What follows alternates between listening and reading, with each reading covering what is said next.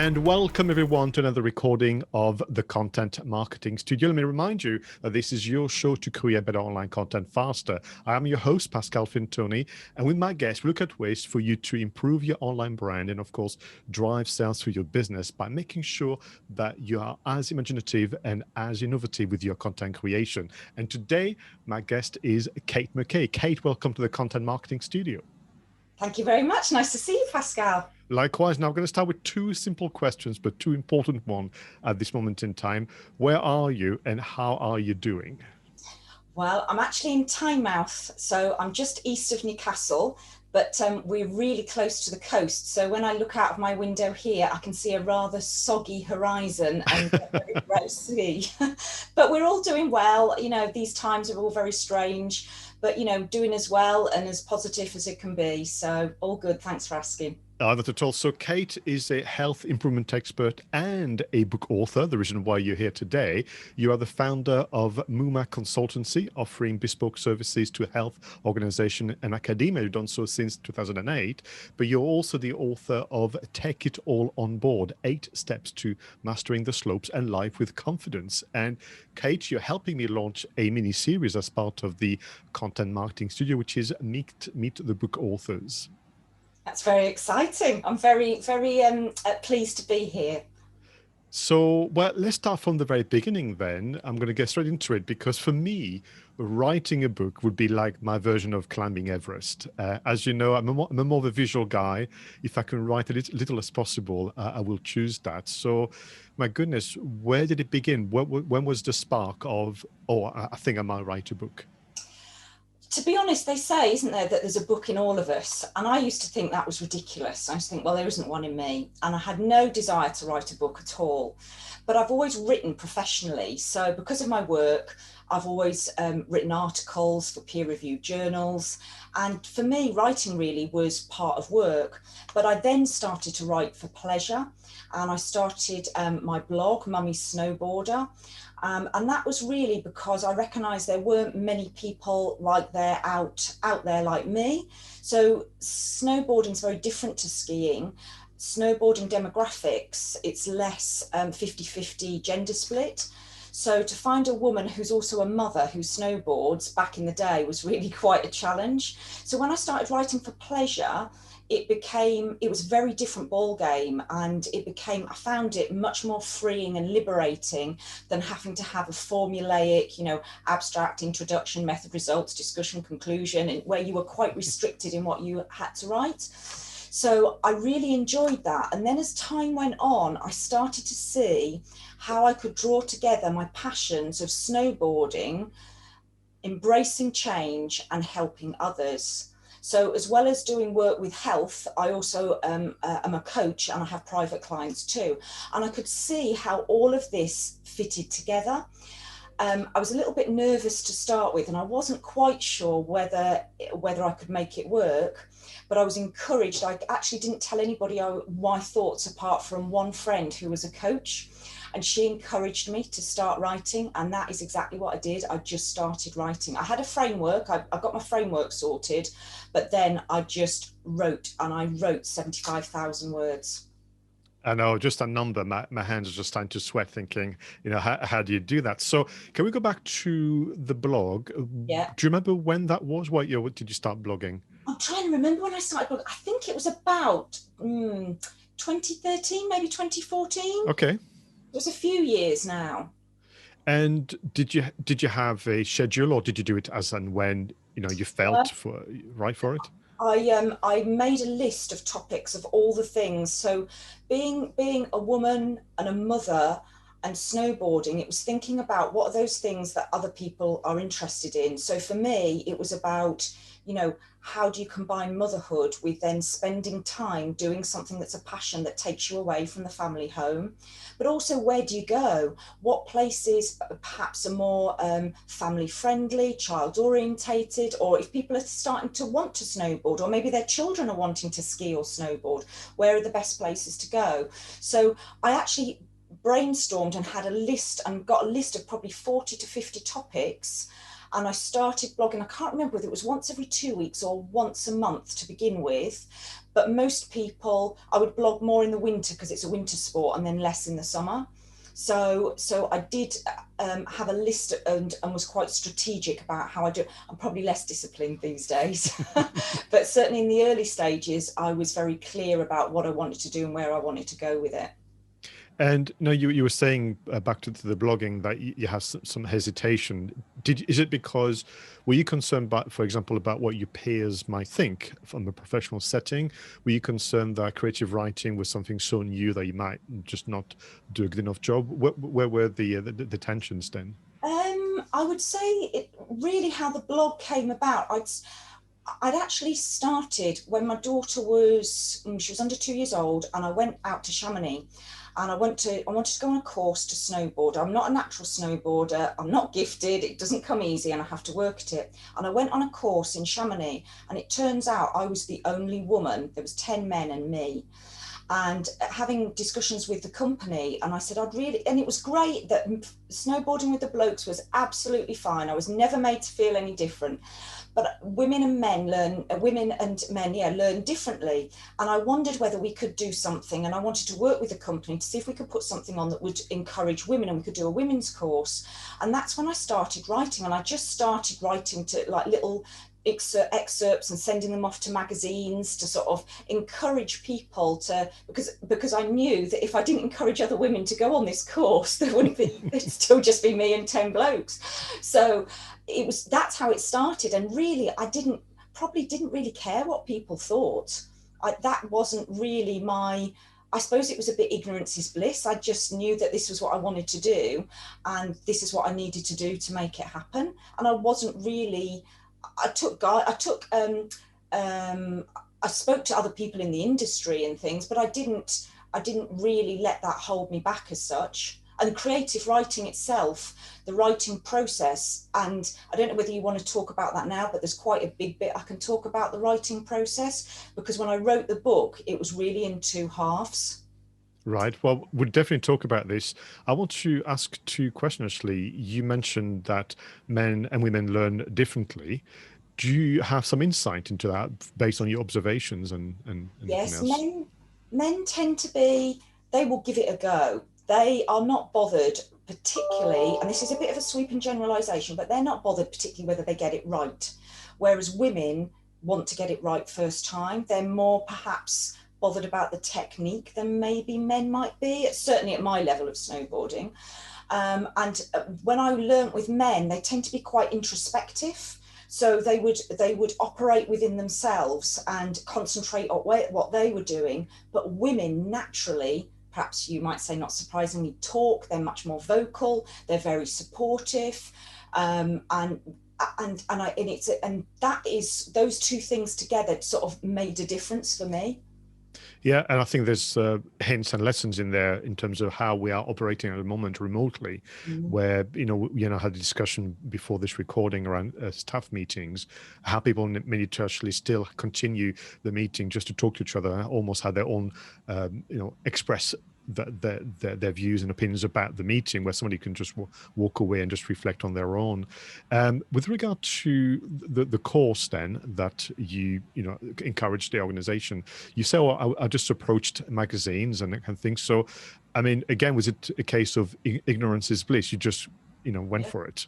I basically bought a magazine off the shelf, just off the Co-op or Morrison's or wherever it was, had a look on the inside page to see who was the editor or sub-editor or who was the listings person, I found whoever it was. And there was usually an email, and I would just email them and said, there's this course, I thought it might fit. I might only write like 3 or 4 sentences, but I wanted them to put something in there with some details about how to encourage other people to do it. So yeah, that's exactly what I did. I really look back. I just did it. Yeah, do you know, that reminds me of my younger days when I was doing PR. That's what I used to do. So if we used to visit a customer, sometimes you wait in reception and they would have the trade magazine. Some of them I didn't know, so I would quickly, literally back then, tear the first page because it has all the editors and contacts, and then you can get in touch and sit and run your press release. So, well, let's talk about therefore the book. So, is the book essentially an evolution of the blogging, or is it completely separate? It touches on themes from the blog, but the blog is a little bit more things like sort of happening now, and it's short. They're short, you know, because it's a blog. It's like my maybe up to 800 words.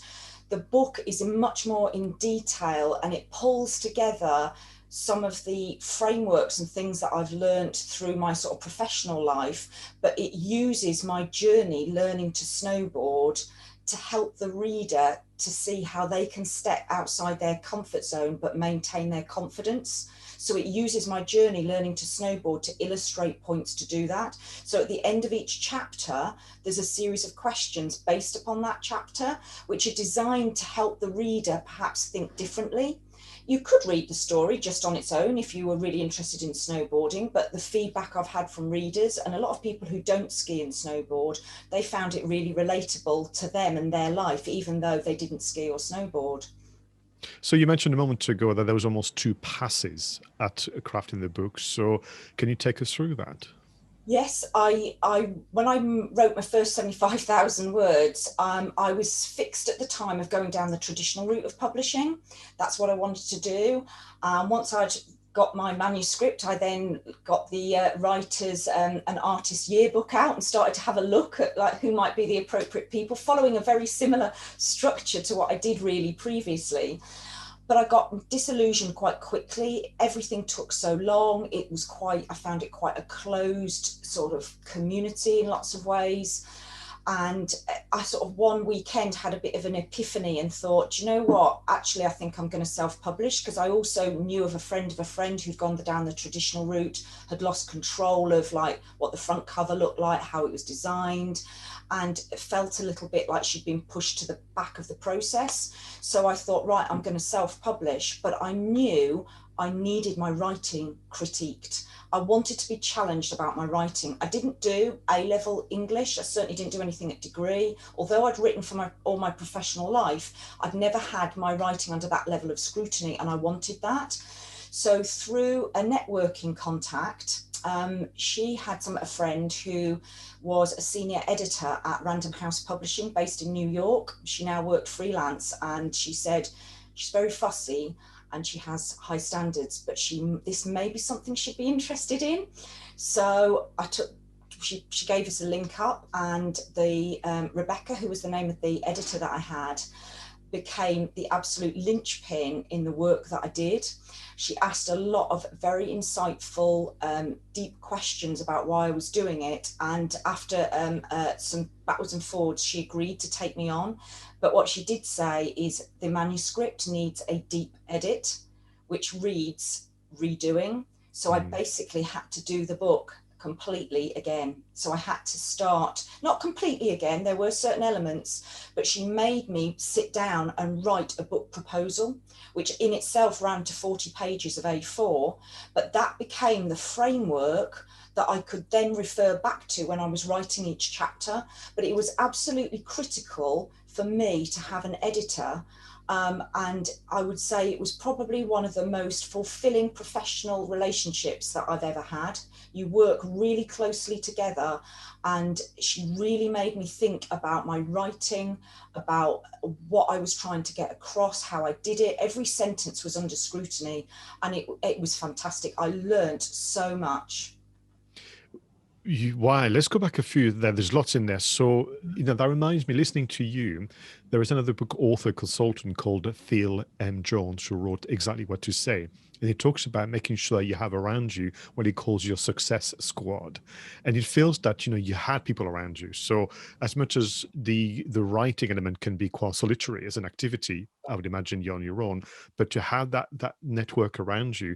So you had your friend who pushed you, say, come on, you can do this, Kate. Then you had obviously the editor and everything else behind it. I love the idea that even though you went for self-publishing, you still had to compile a book proposal, which is normally what people do when they seek out the support of a publication house. I think that's the term. I just love the idea of writing it just for yourself as your mission statement. And that was crucial, because if you didn't, that's where a lot of the thinking and the structure happened. so that you save yourself time by making sure that is solid. You've got really good foundations, and then you can actually start writing. And if you get stuck, you can refer back to that. So even if you're self-publishing, to me, that would be absolutely crucial. You could save yourself tons and tons of work, because you might end up down a rabbit hole if you'd actually spent that time and that discipline getting that right in the first place. So what goes inside a, well, essentially your book proposal? I mean, was it a long document? What were the different sections in it? The different sections, well, each chapter was probably a page. No, it's probably longer than that, but really the sorts of things that you'd want to be included within each of those chapters. So it was your framework. You also had to have an introduction about why I was writing this book. Where does it fit within the genre that I was writing for? What was my competition? So what other books were around that were similar? I had to do like a bibliography, thinking about sort of those other books and, for me, other theories that would feed into my book. So, you know, it was very comprehensive in the way that it ran all together. So, but I would not have done that if it hadn't been for the editor. And I was desperate to get going, and rewriting the manuscript wouldn't let me do it. And it took me probably 4 months to actually write the proposal. And she wanted that right first before I could then go and start the book. Well, as you mentioned, very, very smart lady. So thank you for that. I reckon I could use that almost as the step towards, you know, facing my Everest of 75,000 words. But listening to you when you had to obviously rewrite, you know, your first version reminds me of a bit of a story that I heard Emma Thompson, of the actress and producer, when she had to write, I think 3 times. I believe she wrote the script for Howard's End. And by the 3rd time, there were tears on the manuscript. Were there moments where it got a bit tough? Oh God, yeah, plenty of those. In some ways, it was easier to write a chapter from scratch. If there was a chapter that I'd written in my previous sort of the first manuscript, and I had to adapt that, that was actually in some ways harder than having a blank sheet of paper and just referring to the proposal and writing. There were definitely, I would say, I was quite disciplined in the way that I wrote and how I did it on a day-to-day basis. But there were times writing when, you know, yes, it was quite difficult. One of the chapters, which was actually inserted at post, I wrote the proposal, but something happened while I was writing where I had an accident, and we wanted to insert an extra chapter into because there was some lessons to learn about what you learn through failure. So that whole chapter was new, but it was very recent history. And it was quite cathartic writing that chapter because of the injury and the accident and everything that happened around that. So that was quite tough writing that. I had to really dig quite deep, and it brought back quite some recent difficult memories that I had to deal with. So, you know, there were times when it was hard, but most of the time, you know, I had a structure of how I worked, and I just did that. It was a habit, and I just did that every day. I heard that, you know, from other book authors. So did you have literally a time of the day or a day of the week where it was dedicated and protected for book writing? Yes, I did. Early on, Rebecca had said to me, it's no good writing for one whole day. So say, right, you've got the weekend, right, I'm going to write for 8 hours on Saturday. And there's several reasons for that. You need to write every day because it becomes a habit, and it also helps with your train of thought.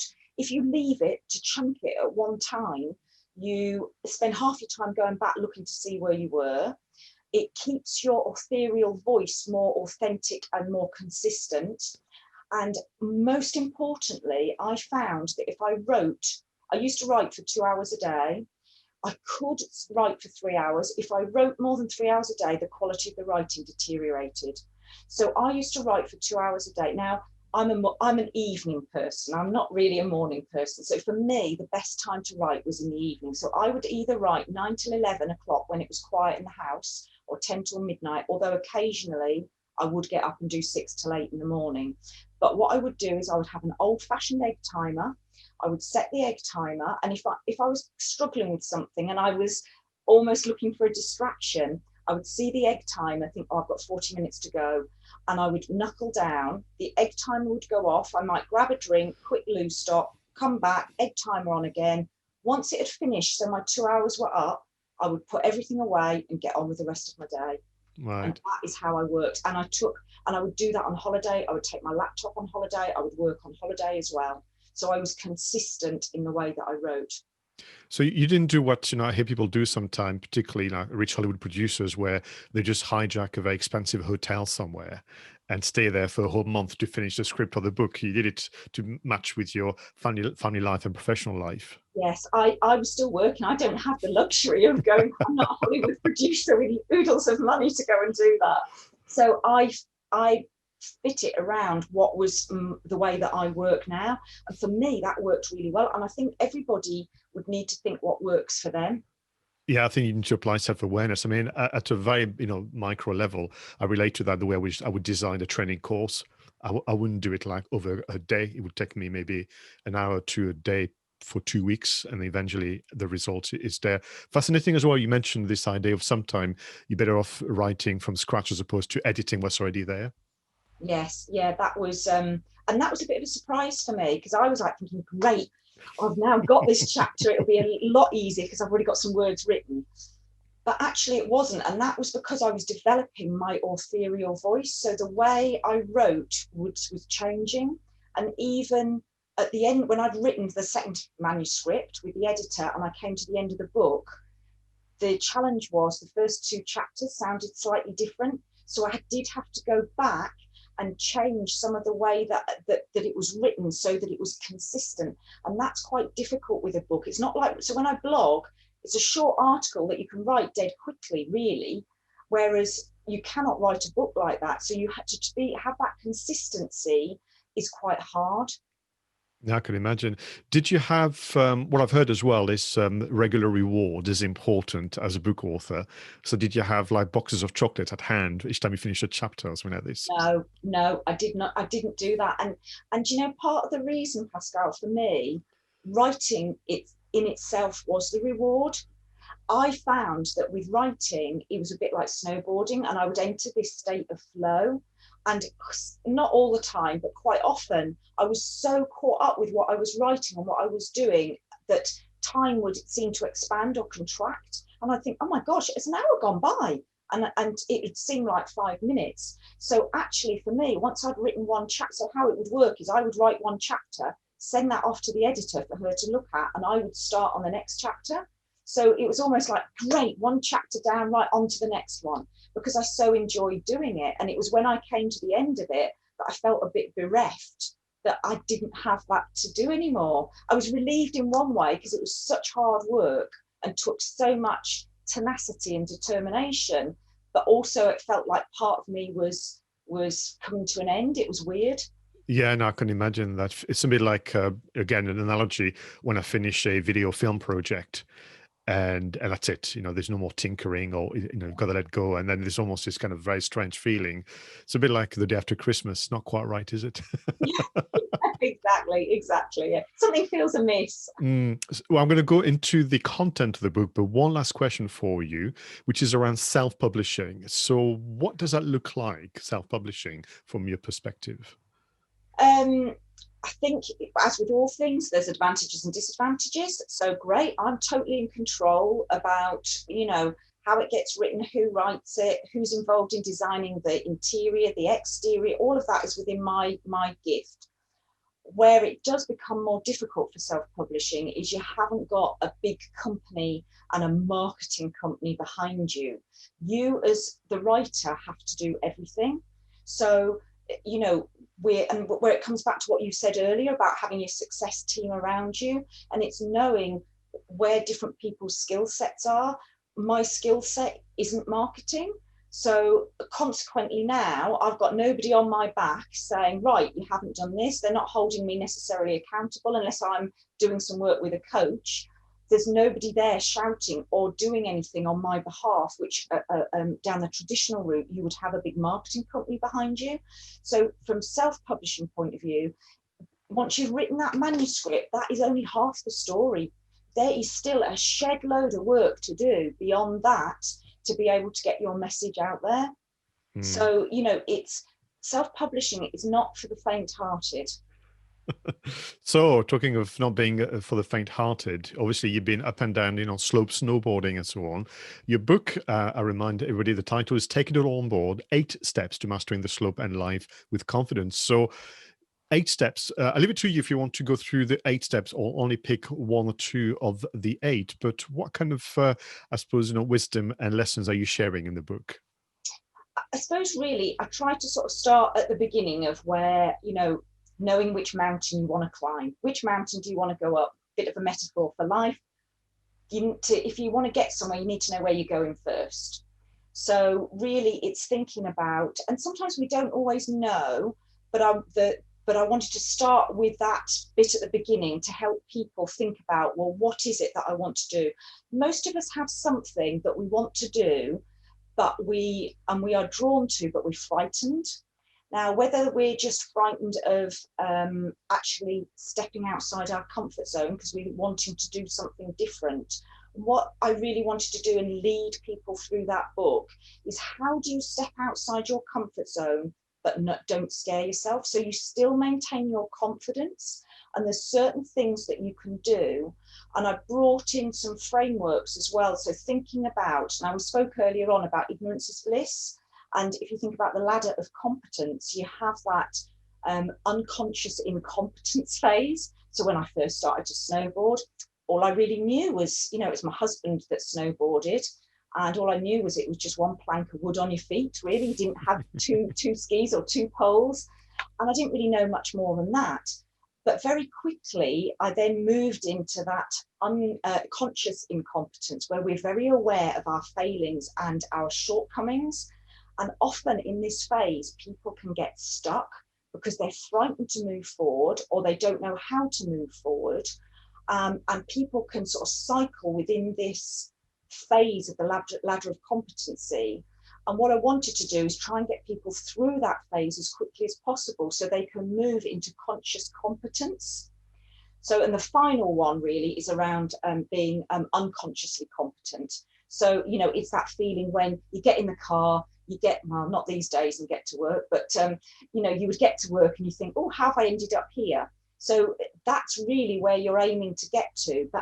But if you want to move outside your comfort zone, you need to do so in a certain way so that you can build foundations and layers of learning that help you step onto that next platform. And that's what I was trying to do with my journey learning to snowboard. If somebody had said to me when I first strapped on a snowboard, you're going to snowboard with Olympic medal winners, you are going to be able to go down black runs, ride in the snow park, jumps, rails, and that, you know, eventually you'll write a blog and eventually a book, I'd have gone, no way, because it was so far beyond my comfort zone and what I thought was possible that I had to scale it back. So it was really my first thing that I wanted to do was to make it up the Pomato. That was my first goal. So what I'm trying to do with the book is to get people to think about how they move out of their comfort zone to get to where they want to go.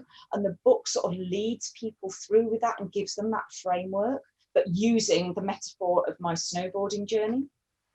Right. So when you think about, the you think establishing a foundation and creating layers of learning, do we also within that need to deal with things like impatience and other kind of very human traits? Yeah, absolutely. I think part of the way society is now, we all expect a bit of instant gratification. We want something now. You know, you can go online, order whatever you want, it turns up at your door the next day. I can remember my daughter once saying to me when she was starting to horse ride on her very first lesson, Mum, am I going to go jumping and cantering? And it was like, no, you won't be doing that for months because you have to learn the skills to be able to enable you to do that safely. And I think that's part of the human condition, that we see something we want and we want it now, and we forget that we have to put in these layers of learning and practice feedback loops what didn't go well, what can I do differently, what have I learned. And sometimes, you know, we can't always see that, which is why it's useful to have mentors, instructors, coaches who can help us see beyond our own, perhaps what might be we perceive as our reality. Perceptions don't always equal reality. So I can think of when I went on my first snowboarding course in Chamonix, and I've been with all the men, and I did eventually get the 12 months later, we did run a course with women. But on that course, I was definitely the worst in the group. I was always the last down the slope. Everybody was so much better than me. I compared myself to them, and I had a real downer on myself. And, you know, I almost gave up snowboarding because I thought I was so rubbish. But actually, there was stuff I was doing then that the previous year had frightened me, and I was doing it without thinking about it. So actually, I've come a long way in 12 months, but I needed to have somebody really point that out to me, or to spend time thinking about it. The impatience that perhaps a lot of us have of wanting to do something can kill that really vital steps of learning. And I think you're right. You know, I don't find it very easy to remember what I call the small victories. I mean, I'll do it for my clients. I'll be the first one to go, hang on a minute, let's go back a few steps. Look at all the things you've done, but I find it very difficult to do for me. And I need, you know, a mastermind group like the one that we join occasionally. Obviously, Denise, my wife, and so on, to kind of go, well, hang on, if you look back, all the things you've done, I say, yeah, I suppose so. You know, as you do reluctantly. We're not so good at it, are we? No, we're not. And I think, and I don't think there's anything wrong with that, but Mm. it's having that self-awareness. And you talk about a success crew, it's who are the people that you can find around you that you click with and work with, who get you. It took me a while to find with snowboarding an instructor who got me and I got her. And now the trust I have in her is implicit. My husband always says, if she told you to jump off a cliff, you would, you know, because she knows me and my skills. If I'm doubting myself, she will believe in me sometimes when I don't believe in myself. And I think if she thinks and knows the skills that I can do it, then I need to take account of her knowledge and her skills and her experiences and trust in her. So it's finding those correct people around you. And it's not just the professional people, it's who are those people that we hang with. So when I'm out snowboarding, you know, who are the people I'm going snowboarding with every day? For me, that trust is implicit. If something goes wrong on the slope, I'm really dependent on those people. They can make or break my day and potentially even save my life and me save theirs. So when you're back in, you know, everyday world, those people that you hang with most of the time really influence our thinking.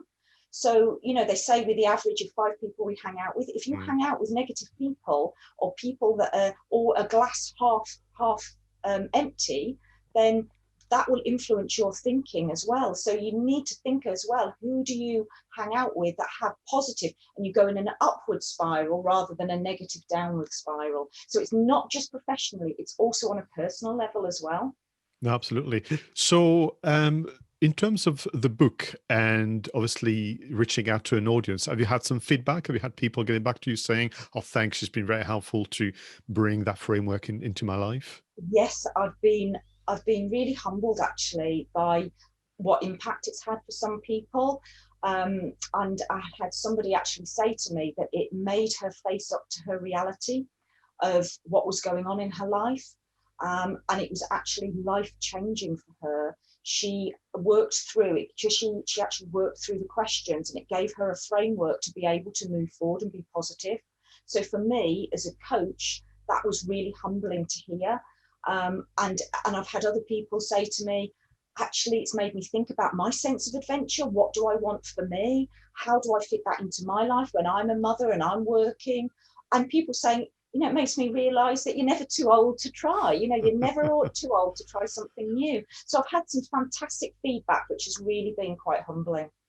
Oh, that's smashing. Listen, unfortunately, our time together is nearly coming to an end. So we're going to kind of wrap it up with a couple of final questions and also have a bit of a fun quiz for you to take part in. But I wanted to ask about snowboarding and where you normally would go. I know that at the moment travel is limited. And you've mentioned obviously Chamonix a few times now, but is it because France is your number one destination by any chance? Oh, no, I think I'm going to have to be careful what I say here, Pascal. I don't want to cause any offence. No, of course not. Probably the home of snowboarding for me, where I go more frequently, would be Morzine and Avoriaz. I've got friends there. I started there. I used to have a holiday home there. I do love France, but I also have a real soft spot for Italy. I do really like skiing, snowboarding in Italy. You know, just the food's fantastic. The people are amazing. I do like Italy. I've also snowboarded in Andorra and Austria. But France and Morzine definitely sort of pulls me back. I enjoy Teen. Teen's a great place to snowboard. So it's always nice to try new places, but it's sometimes nice to go back to somewhere that's familiar, where you just know what the run is, and you just cruise around and have a bit of fun. Super. Right. I've got one final question, then we'll move on to the quiz. So in terms of snowboarding, is there maybe, I mean, I know nothing about it, so I'm going to say, is there a move or a little kind of trick, I think is the term, that you still needed to learn? Yes, there is. There is still a trick I need to learn. And this trick is what held me back from getting my snow sports instructor's qualification. Right. And that's learning to turn 180 degrees while you're actually traveling in one direction and carry on going. And it's to show about agility and all the rest of it. But for me, it was really hard to be able to get the spring to turn 180 degrees to land. I didn't get high enough to turn and would catch my edge and would fall and fall and fall and fall. So that is still something that I need to be able to do. Excellent. So, well, good luck with that. I'm sure you can be practicing. I've got a neighbor who's got a bouncy castle. Maybe you can just jump on that and do 180s. My daughter's got a trampoline in the garden, and it hasn't been beyond me to strap my snowboard on and practice on the trampoline.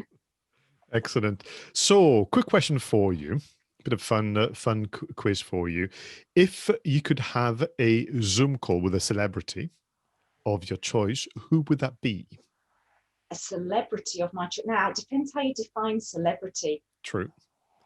A celebrity of my choice. That would be really interesting. There'd probably be David Attenborough would be one.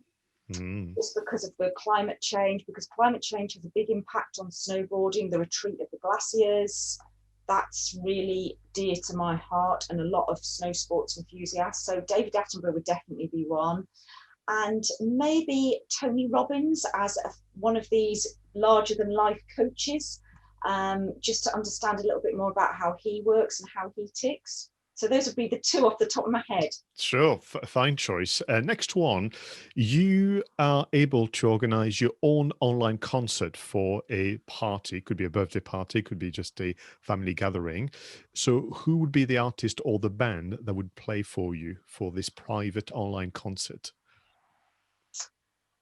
Well, actually, I would probably choose Nightmares on Wax. Right.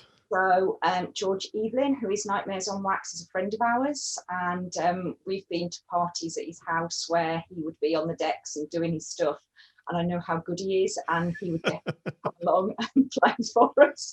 So love his music. So yeah, it would be George and Nightmares on Wax.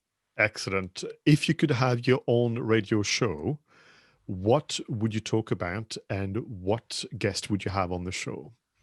Oh, well, it's been a long-held desire that I would like to go on Woman's Hour on Radio 4.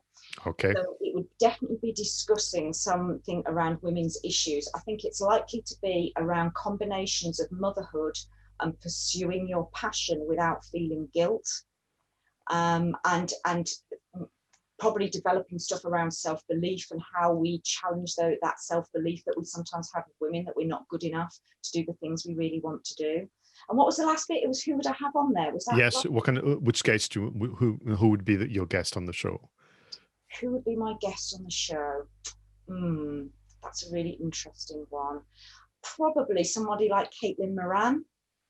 So I would probably have somebody like her on, and maybe somebody like Jenny Jones, who won the Britain's only Olympic medal on snow. So somebody like her too. Smashing. Excellent. And final one for you. If you were able to order any food whatsoever for this weekend to treat your family, what would it be? Oh, it'd have to be Thai. Thai food. I really love Thai food. Bit of pad Thai, probably. So yeah, that would be. But I like most food, but probably Thai. No, that's a fine choice. Well, listen, Kate, thank you so much for being with us today on the Content Marketing Studio and helping me launch this mini series, Meet the Book Authors. I remind you, all of you, the book is called Take It All on Board: 8 Steps to Mastering the Slope and Life with Confidence. Any final words of wisdom or advice for budding book authors out there? For budding book authors, I would say take that first step. Think about who's around you, who can help you and offer support. Um, Leap into that unknown. Don't be frightened. You can't know everything before you start, and people and situations and opportunities will come your way as long as you keep plugging on every day. And just as a general tip for people who are stepping outside your comfort zone, take a small step first. Don't do a big leap because that will damage your confidence. Take a small step.